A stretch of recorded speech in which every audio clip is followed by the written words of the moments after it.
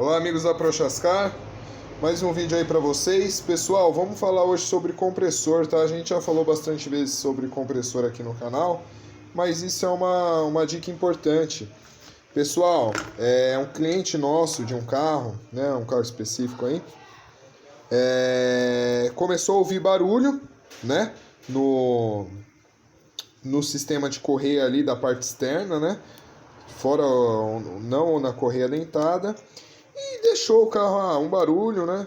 Vai deixando, vai deixando, vai deixando. Daqui a pouco o barulho se tornou um absurdo. O cliente estava voltando de viagem, começou a sentir cheiro de queimado. Conseguiu chegar em casa, né? Ainda bem. E pessoal, olha o que aconteceu na bobina desse compressor. Olha aqui, pessoal. Torrou a bobina do compressor. Rolamento travou, né? Vai ter que trocar polia, embreagem, que tu empenou a parte da polia também. Troca de bobina. Vai ter que vai abrir o compressor para ver a parte interna também se danificou, porque agora precisa de uma manutenção mais criteriosa, né? Tudo por prorrogar, né? Retardar, vamos dizer assim, uma manutenção preventiva. Escutou um barulhinho, uma manutenção que eu sempre friso, troca de óleo, a manutenção que tem que ser feita no sistema de ar-condicionado.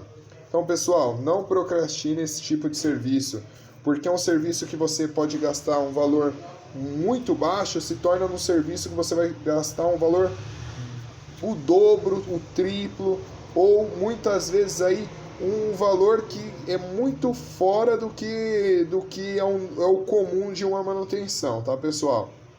Então, fica essa dica do nosso canal, tá, pessoal? Qualquer dúvida, deixa nos comentários. Qualquer problema, desconforto, barulhinho no seu carro, aqui na descrição tem nosso site com o endereço de todas as nossas unidades, tá, pessoal? Com telefone e WhatsApp. Pode nos enviar vídeo que a gente vai responder para vocês no WhatsApp o que é recomendado ser feito.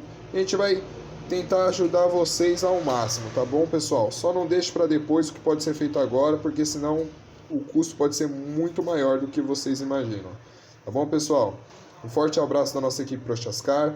Deixa seu joinha aí no nosso canal para ajudar na divulgação e se inscreve para acompanhar os próximos vídeos. Tá bom, pessoal? Um abraço!